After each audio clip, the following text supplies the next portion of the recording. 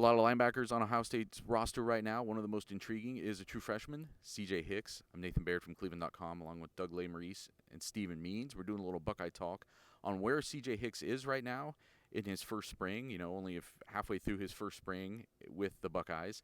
And more importantly, maybe where could he end up this fall? Is he on the right trajectory to have a big role this fall? Stephen, you were at the Student Appreciation Day practice, a big open practice, saw a lot of things on Saturday. What did you see from Hicks and kind of how he was being used and where you think he's at right now? Yeah, in teaching periods when we got a full look at kind of a two deep, I'm not going to say a full two deep because not everybody practiced at full go, but he wasn't necessarily with the ones or the twos.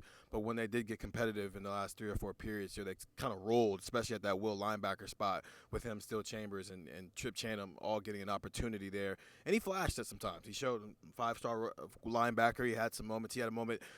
He hit the gap the right way. He read the play the exact way he was supposed to hit it. It's just Travion Henderson picked him up and did what a running back is supposed to do and pick up a blitzer and pass pro in a situation. And then they got into a little bit of a tussle afterward where C.J. Stroud and DeJuan Jones and Paris Johnson had to come and break it up. So that's a lot of big people. And then C.J. Stroud trying to break up a linebacker and a running back together. So he showed some of that potential. So I think it's on the table that he might be able to break his way through. It's almost similar a little bit to what Denzel Burke was able to do, where there were some guys coming back, like a Sevyn Banks who had some time, and then a guy like Cameron Brown who just had the entire year wiped away because of an injury. That's who he had to fight to get onto the field, and we see who ended up winning that battle. It's a similar thing that C.J. Hicks could kind of do here because Steele Chambers was good last year, but he wasn't elite enough to where he locked down the job full time.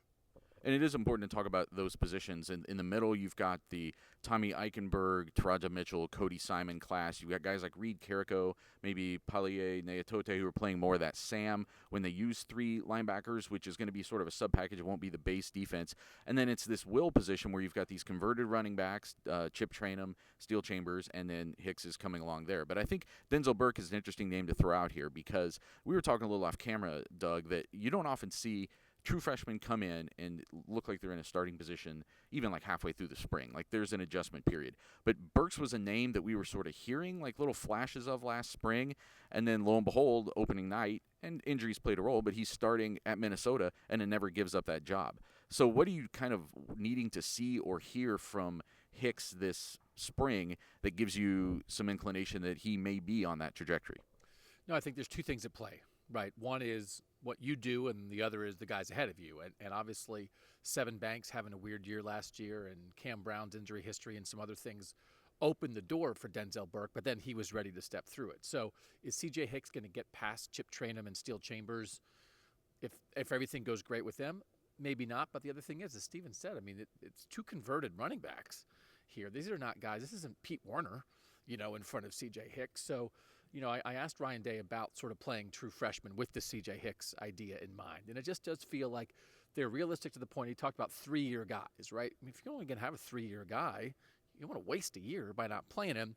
But it also wasn't necessarily, the answer wasn't, we love playing true freshmen at Ohio State. Like that's also not exactly the plan. So I like to get excited about true freshmen. Who does? Let's go. Want to talk about Dontre Wilson as a true freshman? We can do that from 8 years ago. It's something you get more excited about, but I think you have to be on the radar in spring to have the possibility. Denzel Burke was a year ago, and probably maybe we didn't see the signs enough last year. So it feels like C.J. Hicks is on the radar. So, okay, that's step 1. Now you have to see how much opportunity is really there.